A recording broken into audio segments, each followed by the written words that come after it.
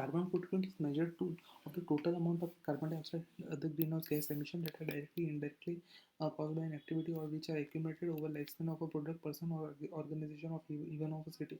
ये carbon footprint क्या कहता है? ये कार्बन डाइऑक्साइड को टोटल मेजर करता है। टोटल मेजर करेगा तो ये क्या मतलब टोटल मेजर करके पूरे देश का टोटल मेजर करता है कि भाई कितने कौन सा स्टेट ज़्यादा वो प्रोड्यूस कर रहा है कार्बन डाइऑक्साइड, ये सबसे ज़्यादा करेगा एकदम। मीन्स कार्बन फुटप्रिंट मतलब जो सबसे ज़्यादा कुछ काम करेगा वो एकदम बारीकी से वो पता कर लेगा। अगर कोई पूरे जैसे गुजरात में भी होगा तो गुजरात में अहमदाबाद सबसे ज़्यादा कार्बन डाइऑक्साइड कर रहा है तो वो भी पता कर लेगा। Carbon footprinting is which a measure by a company or individual can calculate how much carbon emission they have produced during a project or time period। कि मीन्स कार्बन फुटप्रिंट से ये पता चलता है, अगर समझ कोई एक रेलवे स्टेशन बन रहा है तो रेलवे स्टेशन में कितना कार्बन डाइऑक्साइड एमिट हुआ वो पता कर सकते हैं ऐसे। This is typically calculated and reported over period of 12 months. ये हर एक साल में रिपोर्ट होता है। Carbon footprint is a measure of the impact of our activities have on the environment and in particular climate change.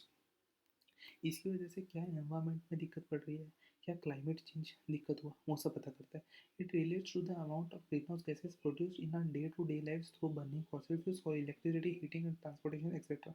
ये क्या करता है कि भाई अपने मीन्स हर दिन के लाइफ से करता है कि भाई कितने दिन देर में फॉसिल फ्यूल बर्न हुआ इलेक्ट्रिसिटी के लिए, हीटिंग कितना गर्म हुआ, कितना ट्रांसपोर्टेशन में क्या क्या कितना CO2 रिलीज हुआ, ये सब कार्बन फुटप्रिंट मेजर करता है। The carbon footprint is a measurement of all greenhouse gases we individually produce and has units of tons or kg of carbon dioxide equivalent ECO2।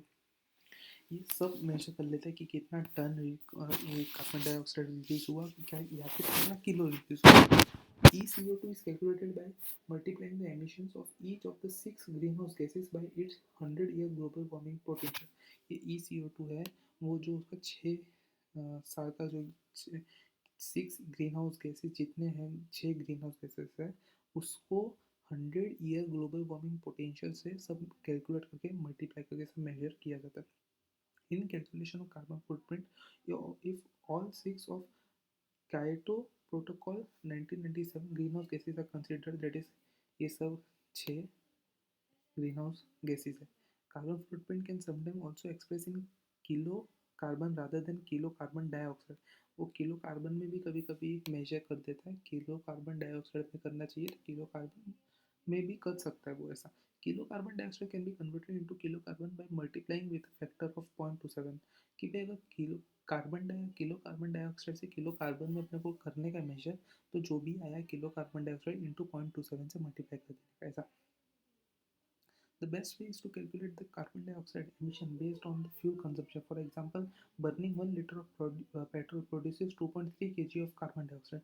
देख सबसे अच्छा एग्जाम्पल कैसे कि 1 लीटर अपने पेट्रोल यूज़ करेंगे तो 2.3 किलो कार्बन डाइऑक्साइड निकलेगा, जबकि 1 लीटर डीजल अपने वो बर्न करेंगे तो 2.7 किलो ऑफ कार्बन डाइऑक्साइड निकलेगा। Each of the following activities add 1 kilo of carbon dioxide to your personal carbon footprint। अब अपने कुछ भी करते हैं ना कोई भी काम तो 1 किलो कार्बन डाइऑक्साइड अपने नाम पे वो हो जाता है, निकलता है ऐसा। Travel by public transportation. अब क्या बोलते हैं इधर कुछ देना चाहिए कि भाई क्या किससे कितना निकल रहा है, देख क्या वो है मतलब कौन कितना एमिट करता है। तो अगर अपने पब्लिक ट्रांसपोर्ट से ट्रेन या फिर बस से 10 से 12 किलोमीटर करते हैं तो क्या 10 से 12 किलोमीटर कितना निकलता है कुछ नहीं पता है।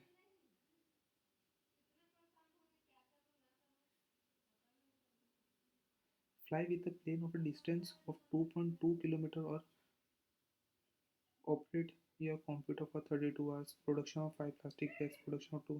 When a carbon is to carry the greenhouse gas emissions are categorized as different। फालतू है मामले किस बेसिस पे 1 किलो। अच्छा ये कह रहा है कि अगर अपने 10 से 12 किलोमीटर ट्रेन या फिर बस से अगर ट्रांसपोर्ट करते हैं ना तो 1 किलो ऑफ CO2 अपने नाम पे चढ़ता है। 1 किलो ही, इतने सारे लोग कर रहे हैं तो सबके नाम पे 1 1 किलो चढ़ेगा ऐसा।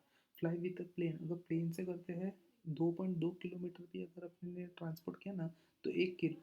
अपने अगर 32 आवर्स ऑफ कंप्यूटर चलाते हैं तो 1 किलो कार्बन डाइऑक्साइड निकले। 5 प्लास्टिक बैग बनाया तो 1 kilo carbon dioxide.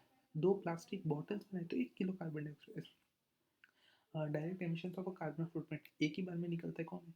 Green house gas emission are classified direct when they are generated from company owned और control source activities.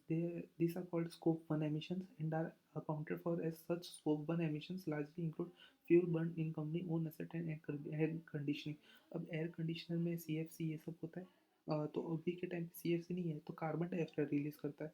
Carbon die और वो ही कंपनी अगर फ्यूल से जब कोयले से अगर सब काम कर रही है तो वो एक डायरेक्ट एक दिक्कत है, बहुत बड़ा दिक्कत है। अगर boiler with gases fuel use by the company would produce greenhouse gases, it can be considered as समझ कुछ जला रहे या फिर कोई चीज़ बॉयल कर रहे गैस के साथ तो कितना कार्बन डाइऑक्साइड निकाल रही है, ऐसा वो कह रहे हैं। Indirect emissions of carbon footprint. Indirect क्या है, कैसे अपने चाहते नहीं है तो भी हो जाता है। These are categorized as either scope 2, इसको स्कोप 2 बोलते हैं या फिर स्कोप 3 बोलते हैं। स्कोप 2 किसके लिए? अपने को इलेक्ट्रिसिटी खरीदे कितने मतलब अपने यूज़ कर रहे घर पे, या फिर नॉन ओन और कंट्रोल एमिशन, अपने वो चीज़ के लिए भागीदार नहीं है बट वो मीन्स हो रहा है ऐसा।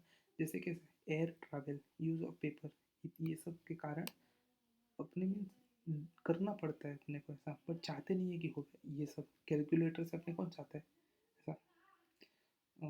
Climatic change problems and response, ये क्या प्रॉब्लम है, इसका रिस्पॉन्स कैसे किया। The United Nation framework convention on climate change UNFC triple C in June 1992, 1992 में ये जो UNFCCC था उन्होंने साइन किया रियो दे जेनेरो बाय ओवर 150। ये रियो दे जेनेरो क्या था कि भाई क्लाइमेट चेंज को अफेक्ट करने के लिए ये सब के ऊपर ही होगा, कितना 150 नेशन के साथ रियो दे जेनेरो कि भाई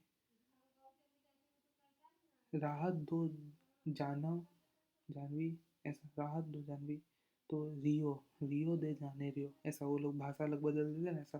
the climate convention is based for international cooperation with the climate change event in the convention the climate problem seriousness is trade. ये भी बोल रहा है कि भाई इसके बाद इस ये सब मीटिंग्स में क्या डिसाइड हुआ कि क्या क्लाइमेट चेंज अफेक्ट करता है, क्या सीरियस प्रॉब्लम है। There is a concern that human activities are enhancing the natural green house effect which can have serious consequences on human settlements। इस ये सब के कारण क्या है, जो ह्यूमन एक्टिविटीज़ के कारण जो नेचर ग्रीन हाउस इफेक्ट जो बढ़ रहे थे वो सब को कंट्रोल करना, और ह्यूमन सेटलमेंट और मतलब आगे जाके क्या अपने को दिक्कत पड़ सकती है रहने में और पूरे देश को ऐसा। The conventional overall objective is the stabilization of greenhouse gas concentration in the atmosphere at a level that would prevent dangerous anthropogenic interference with the climate system। अब ये क्या कह रहा है कि भाई अगर ग्रीन हाउस स्टेबल नहीं रहा तो पूरे एटमोसफियर को ख़राब कर देगी और वो अपने लिए बहुत क्लाइमेट के लिए बहुत ख़राब रहेगा। ठीक, क्लीनर डेवलपमेंट मैकेनिज्म। बस अब अपना एक दो और अरे 1 2 3 फटाफट करते हैं।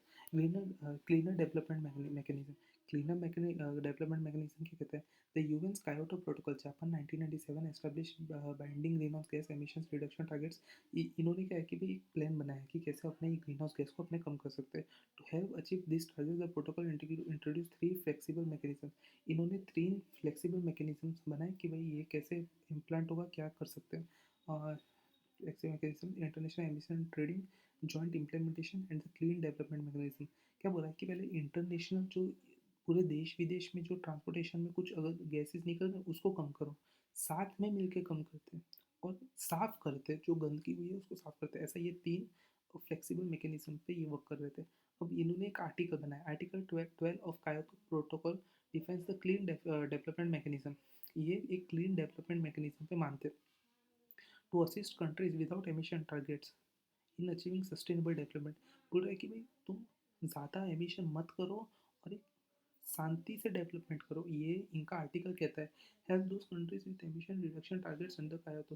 अब कोई कंट्री से वो संभला नहीं जा रहा है कि भाई मैं अब तो हमसे छूट गया इतना, हम कैसे सुधारे, तो ये लोग मदद करते थे in achieving compliance by allowing them to purchase offsets created CDM projects. अब ये क्या कहते थे कि तुम हमको पैसे दे दो, हम तुमको ये सब देंगे और तुम उसकी मदद से अपना एनवायरमेंट सुधार सकते हो। The CDM allows emission reduction projects in developing countries to earn certified emission reduction credit, each equivalent to 1 ton of CO2। क्या कह रहा है कि भाई एमिशन रिडक्शन हुआ ना प्रोजेक्ट के ये लोग किए ना, तो उन्होंने एक वो लाया कि भाई तुम अगर ये हमसे कुछ खरीदते हो, कुछ प्रोजेक्ट लॉन्च करते हो, तो तुम certified emission reduction credit earn करोगे, हमसे एक अर्न करोगे, जो क्या each equivalent to 1 ton of carbon monoxide. कि मीन्स ये एक कुछ कम करेगा, ऐसा बोल रहे हैं कि भाई इस प्रोजेक्ट में लाके 1 टन ऑफ कार्बन मोनोऑक्साइड तुम लोग कम कर दोगे, यही शायद तक कहना है इसका। This CERS can be traded and sold and used by industrialized countries to meet a part of the emission reduction target under।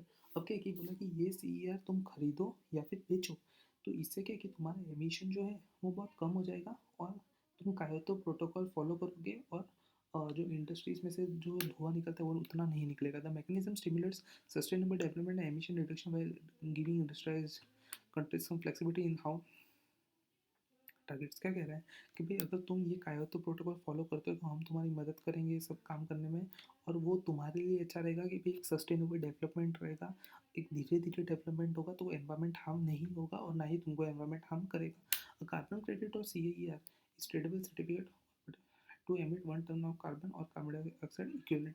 अब क्या कहता है, ये जो कार्बन क्रेडिट जो था ना, वो क्या कहता था, अगर तुम जैसे मेरे पास कार्बन क्रेडिट है, अपने इंडिया के पास कार्बन क्रेडिट है, तो वो क्या करेगा, कार्बन क्रेडिट से क्या पावर है कि 1 ton of carbon or carbon dioxide वो छोड़ सकता है भाई, एक ही टन, उससे ज़्यादा तुमको नहीं छोड़ना है। An organisation which produce 1 ton less carbon dioxide than standard level of carbon emission allowed each one carbon credit. जो देश 1 टन से कम कार्बन डाइऑक्साइड छोड़ता था, उसको एक कार्बन क्रेडिट अर्न करता था। कि जैसे समझ अपने इंडिया ने समझ 900 कार्बन ने वो ही छोड़ा, 900, एक 1 टन था, तो 9000 किलो ही छोड़ा, 1000 किलो, 1 टन में आता है एक, तो 900 किलो से छोड़े, तो अपने को एक कार्बन क्रेडिट एक्स्ट्रा अर्न मिलेगा ऐसा। India and China are the biggest sellers of carbon credits and Europe is the largest buyer of carbon credits. Carbon credit trading is done globally. अब समझ, अपने को एक साल में एक कार्बन क्रेडिट एक्स्ट्रा मिला, तो अपने अगले साल 2 टन कार्बन क्रेडिट छोड़ सकते थे, और कार्बन डाइऑक्साइड छोड़ सकते थे। फिर अगले साल 3, अगर अपने ने वापस से कम यूज़ किया तो 3, तो 3 हो गए। तो अब समझ, अपने ये इतना सारा कार्बन क्रेडिट रख के करेंगे क्या? तो जो देश को ज़रूरत हो कि हाँ भाई हम ज़्यादा छोड़ेंगे, तो वो देश को बेचो, तो देश को बेचो तो पैसे कमाओगे तुम ऐसा। तो इंडिया और चाइना सबसे बड़े सेलर है, और यूरोप सबसे बड़ा खरीदार। बेनिफिट, इसका बेनिफिट क्या है? Sustainable development. एक धीरे धीरे डेवलपमेंट होगा, क्योंकि तुम 1 टन से ज़्यादा कार्बन क्रेडिट छोड़ नहीं सकते, अगर छोड़ोगे तो तुमको खरीदना पड़ेगा, खरीदोगे तो पैसा देना पड़ेगा। Conservation of environment, reduction of GHG emission, reduction in climate change phenomena. CDM projects include investment in climate change mitigation project in developing countries। ये क्या कह रहा है, CDM जो प्रोजेक्ट है वो पैसा चाहिए था उसके लिए, और डेवलपिंग कंट्रीज जैसे अपने इंडिया के लिए, कि भाई उसमें सब देखभाल हो कि हाँ भाई अच्छे से फॉलो कर रहे कि नहीं। Transfer of technology in the host countries, वो जो भी क्या बोलते हैं, ये सब टेक्नोलॉजी उधर भेजनी भी पड़ेगी कि ऐसा सब पता करे, सब कम हो गया ऐसा। Improvement in the livelihood of communities through the creation of employment or increased economic activity। अच्छे से लोग रहेंगे, ये सब social and economic development in the host country. Development फालतू है सब। लिमिटेशन, अब अपने इसका लिमिटेशन क्या था?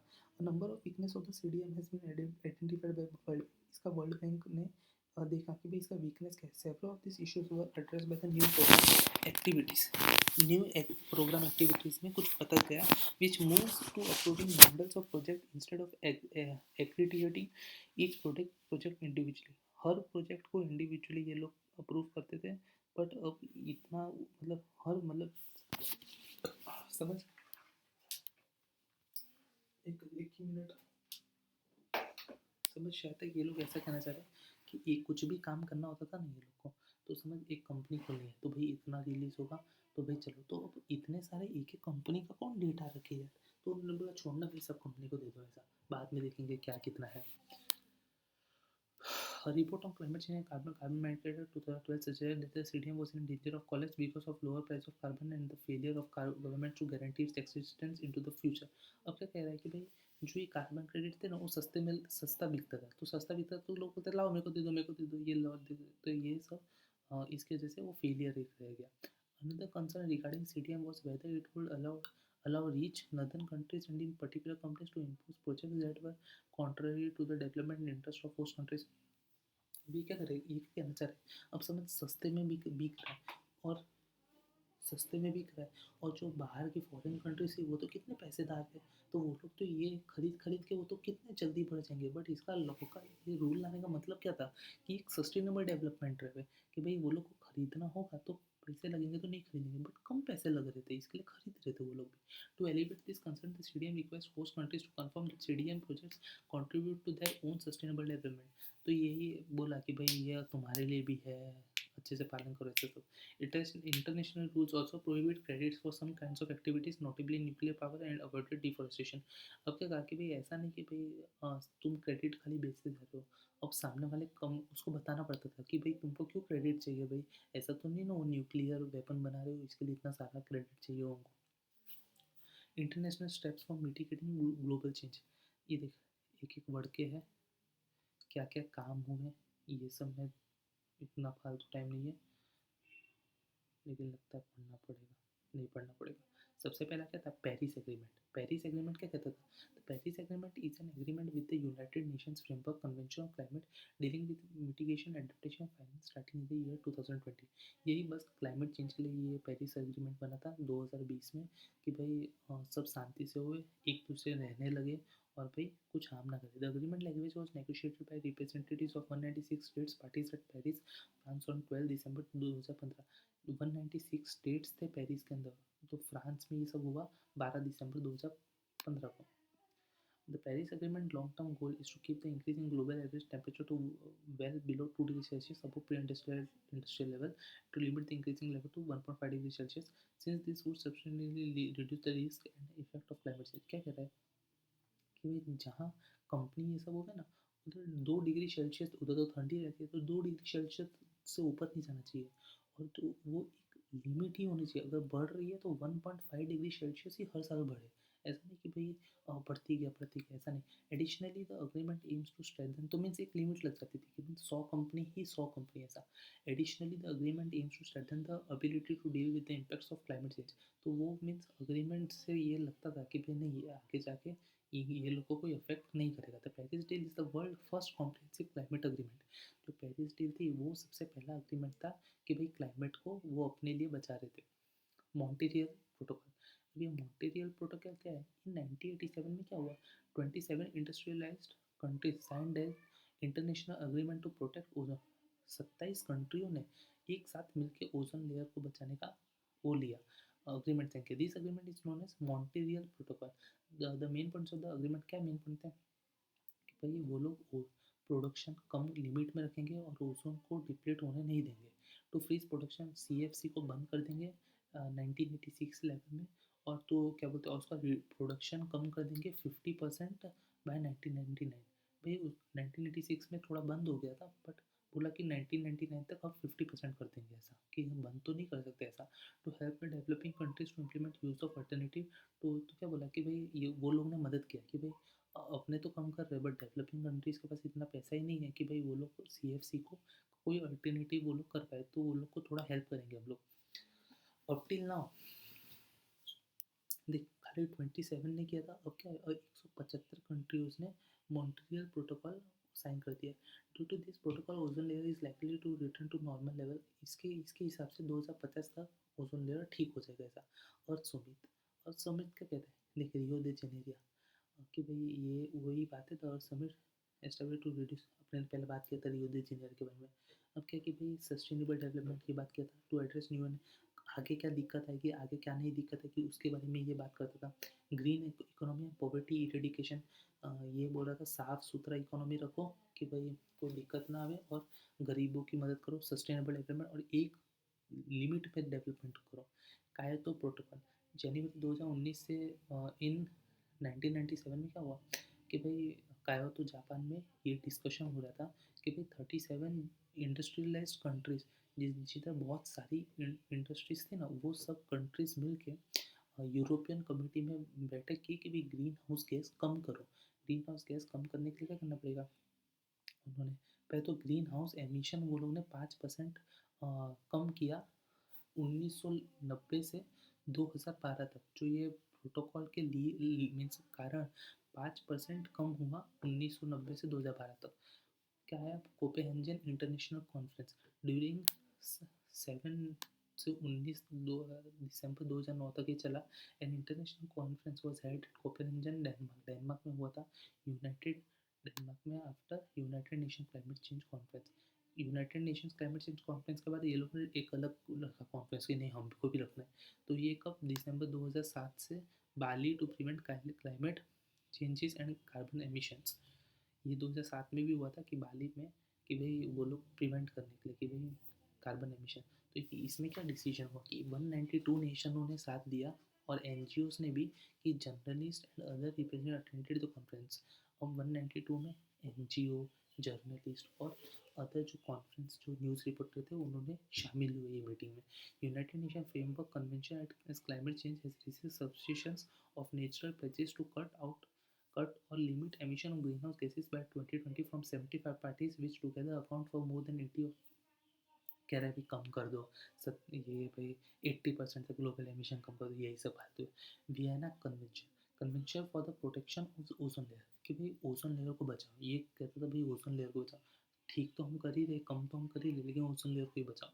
Often called framework convention because it serve as framework for efforts to protect the global ozone layer. ये ही अभी तक अपने ने पढ़ा है जो कह रहा है ओजोन लेयर को बचाओ, अपने कम बाद में करेंगे, पहले ओजोन लेयर को बचाओ। तो Vienna convention was adopted in 1985 में हुआ था। और वो कब फोर्स हुआ इम्प्लीमेंट होने, 22 सितंबर 1988। तो ऑब्जेक्टिव, अभी इसका ऑब्जेक्टिव क्या था?